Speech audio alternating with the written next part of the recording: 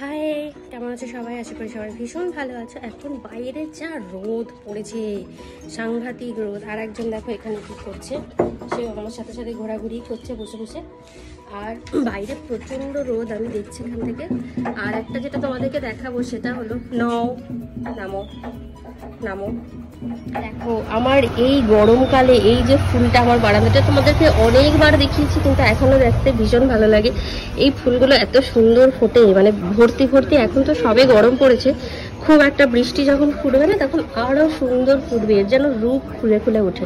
আমার খুব পছন্দের একটা গাছ এই ফুল গাছটা, আমার কাছে ভীষণ ভীষণ ভীষণ ভালো লাগে। আর রাত্রেবেলা যখন সন্ধ্যাবেলার দিকে এই বারান্দাটাতে আসা হয় না, মারাত্মক একদম গন্ধ এই ফুলটার আসে।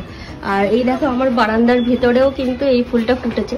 এটা সকালবেলাটা হোয়াইট থাকে, মানে রাত্রেবেলা মানে ভোরবেলায় সাদা থাকে, তারপরে আস্তে আস্তে পিঙ্ক হয়, একদম এইরকম একদম ডার্ক পিঙ্ক কিন্তু এটা হয়। আমার এটা কিন্তু লাল নয়, এটা আমি অনেক জায়গাতে লালও দেখেছি, আমার লালটাও কিন্তু ভীষণ ভালো লাগে।